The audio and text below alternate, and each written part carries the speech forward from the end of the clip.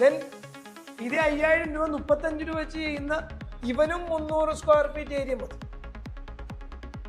ഇനി ഈ 5000 രൂപ വെച്ചിട്ട് 250 വാഷ് സൈക്കിൾ ചെയ്യുന്ന ആൾക്ക്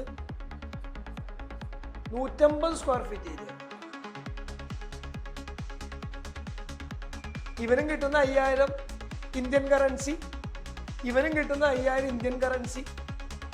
ഒരു ഓണ്ടർപ്രണർ എത്രത്തോളം തലവേദന ഉണ്ടാക്കണോ വേണ്ടോ ഇല്ലയോ, 9 എംപ്ലോയീസിനെ വെച്ച് ഹാൻഡിൽ ചെയ്യണോ, 8 വെച്ച് ഹാൻഡിൽ ചെയ്യണോ, 5 വെച്ച് ഹാൻഡിൽ ചെയ്യണോ, 4 വെച്ച് ചെയ്യണോ, 1 വെച്ച് ചെയ്യണോ എന്ന് തീരുമാനിക്കേണ്ടത് ആരാണ്?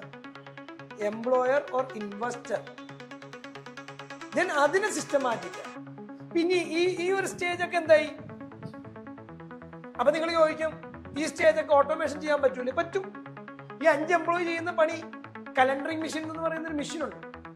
ഇവിടെ ഇരിക്കുന്ന റോളർ, ബെഡ്ഷീറ്റ് ഒക്കെ ആയതുകൊണ്ട് അതിലേക്ക് ചെയ്യാം.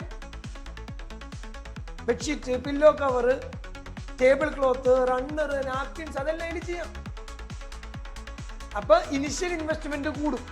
അപ്പൊ ആളുകൾ ചിന്തിക്കുന്നത് പൈസ ഇത്രേ. ഇനിഷ്യൽ ഇൻവെസ്റ്റ്മെന്റ് കൂടുന്നത് കൊണ്ട് മിഷന്റെ ഇൻവെസ്റ്റ്മെന്റ് മാത്രമേ കൂടുകയുള്ളൂ.